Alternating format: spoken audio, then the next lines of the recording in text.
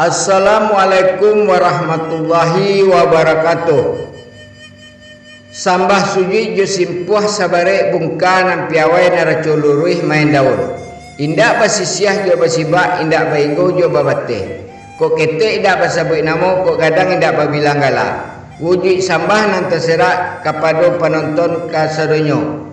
Penonton Minang Mustika Jaya, Dunsana Abo, Nambo Cintoi. Semoga barado dalam keadaan sehat walafiat. Amin ya rabbal alamin.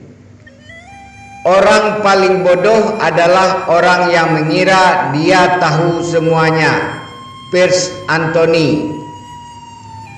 Tinggi ruok pada boto, baguno lidah tak betulang, kato gadang timbangan kurang. Manga kita indak buliah menganggap diri kita tahu segalanya.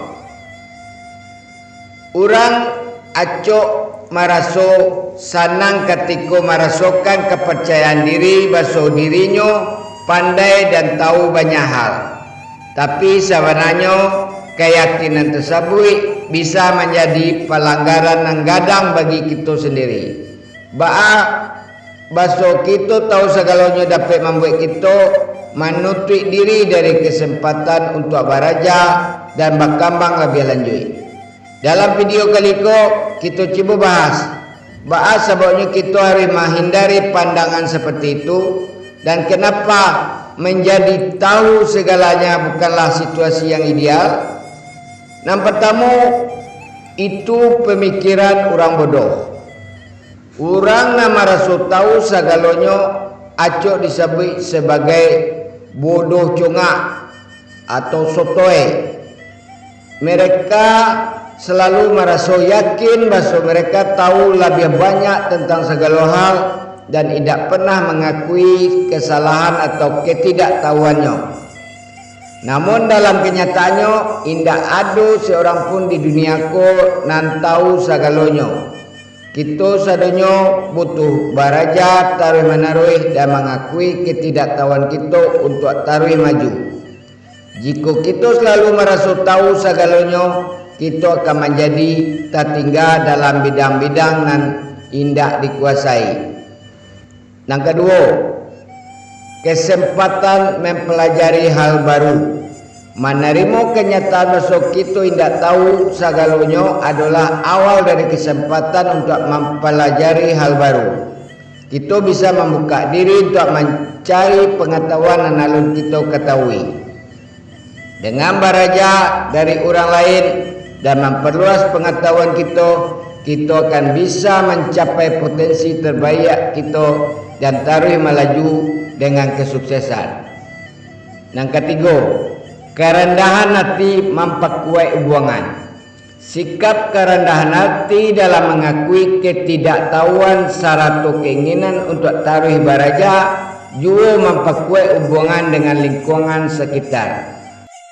Terkadang kita merasa tahu segalanya, kita cenderung terlalu dominan dalam percakapan dan sulit berdiskusi dengan orang lain. Namun ketika kita mengakui kelemahan dan berusaha untuk taruh baraja, kita akan lebih mudah mendengarkan dan menerima pendapat orang lain.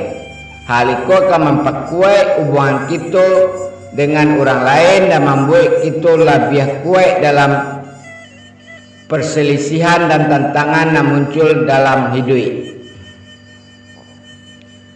Orang bodoh congkak adalah orang yang selalu merasa tahu segalanya tanpa memperhatikan sudut pandang orang lain atau mengakui area di mana inyo tidak memiliki pengetahuan tentang sesuatu. Keyakinan yang berlebihan terhadap pengetahuan sendiri bisa membuat merasa bahawa pendapatnya adalah satu-satunya yang benar. Dan itu dapat menyebabkan inyo tidak amuah menerima kritik, tidak mampu mendengarkan pendapat orang lain dan mengalami kesulitan dalam merespon situasi yang berbeda.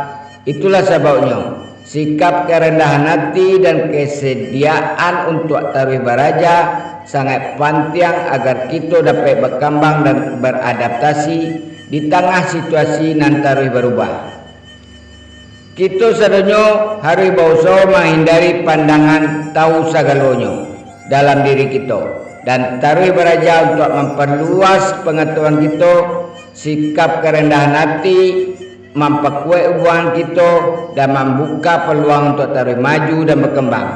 Kita harus selalu terbuka untuk beraja dan meningkatkan pengetahuan serta keterampilan kita untuk mencapai potensi terbaik kita. Jangan pernah merasa puas dengan hanya mengetahui seketik, tetapi selalu berusaha untuk selalu beraja dan tumbuh sampai akhir hayat kita.